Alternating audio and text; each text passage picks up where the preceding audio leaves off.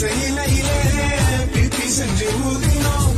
பள்ளிக்கூட பாடம் மறந்து பட்டாம்பூச்சி தேடினோம். தண்ணிப்பாம்பு வரப்பு வர தலை தெரிக்க ஓடினோம்.